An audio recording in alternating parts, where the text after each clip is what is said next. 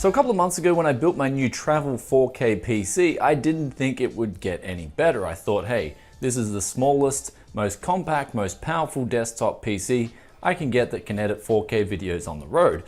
But then ASRock sent in this thing beside me here, their DeskMini, and this packs a GTX 1060 6GB edition, and it has the ability to install a 6th or 7th gen 4-core 8-threaded CPU, and you couple that in with the ability to have 32GB of DDR4 SoDimm memory, and you've got yourself this little powerful beast here.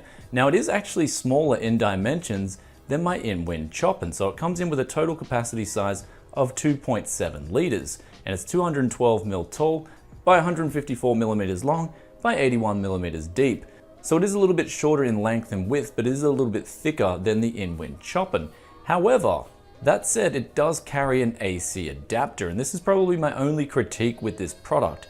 You do need the AC adapter to give this unit power. It does plug in the back via a 4-pin connector, but with that, this whole build only uses up about 140 watts with an i7-6700 and a GTX 1060 6GB, which interestingly enough can be overclocked on both the memory and the core clock, but you can't change the fan speeds for some reason, and you can't unlock voltage. So this is an mxme type graphics card configuration. I've never actually heard of it until now, and apparently they are releasing a GTX 1070 and 1080 model in the same form factor, though for me personally, the 1060 is great for this size. Doesn't use a whole lot of power. I'd imagine if you put something in like a GTX 1080, for example, you would have some thermal problems, especially if the cooler is as small as it is on this one here, the GTX 1060. But for what it's worth, with the temperatures, we're talking around 70 degrees maximum, even when overclocked in a heaven benchmark after around 20 minutes of stressing. Also in games, the CPU, that got up to about 70 degrees,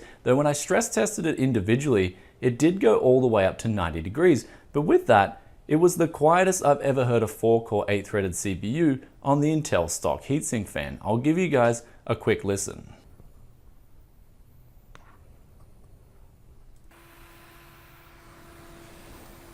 So what this means is ASRock have set in a very subtle fan profile from the get-go. And now when I initially got this unit, it does come in with 3 NVMe M.2 slots.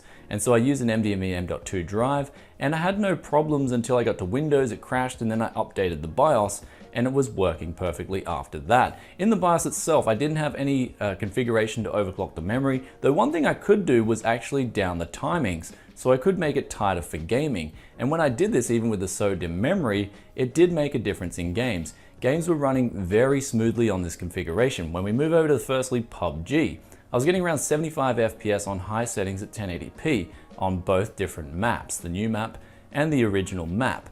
And the 0.1% lows were very impressive too, so the recent update may have optimized this game even further. Moving over to GTA 5, if you like a bit of this at 1080p, seems to be very popular again, must have been the Steam sale, but I was getting around 80 FPS on the highest settings on this game at 1080p. Then moving over to Crysis 3, of course, there's always that question, can it run Crysis?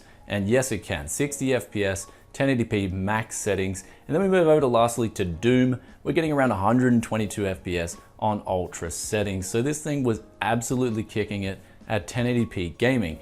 And that's the advantage of this sized unit. It's very small, you can travel with it, but of course it has a lot more graphical power than my in-wind travel PC, for example. So not only could I edit videos on this, but also with that, I can play games on the road, especially if I'm hooking up to a 1080p TV, which a lot of hotels do seem to have. Now, taking a quick look in the details of this unit, you get a hard type front panel with a USB Type-C and a USB 3.1 connection. Also get your headphone and audio in jacks, and you've got on the side two USB 2 slots, and on the rear an additional 2 USB 3 ports. It was one thing I had to critique about the USB ports, it would be that I'd like to see 2 more additional USB ports on the rear of the unit, as I believe 5 USB ports standard type connections is pushing it a little bit, especially if you're traveling. You're probably going to hook up an audio interface, an extra webcam and whatnot if you're streaming on the road, and you're going to need those USB ports available.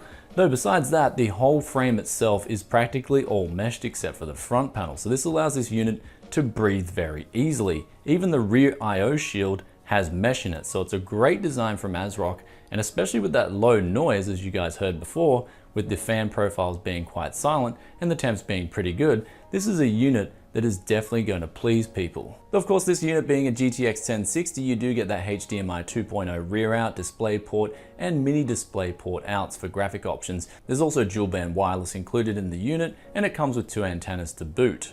And as for the construction of this unit, it's an all aluminum chassis. You can take it apart very easy, and all you have to do is install 2 SoDimm RAM sticks, or 1 if you want, a CPU, the cooler, and of course your NVMe drives, and you're now good to go. Though this unit itself, it does come in at $800 US, and I can only find it available for sale currently at newegg.com. I will report on availability in the description below as time goes on, but with that at $800, it is a bit more expensive than what you could get these parts for individually, but what you're paying for here is simply the size.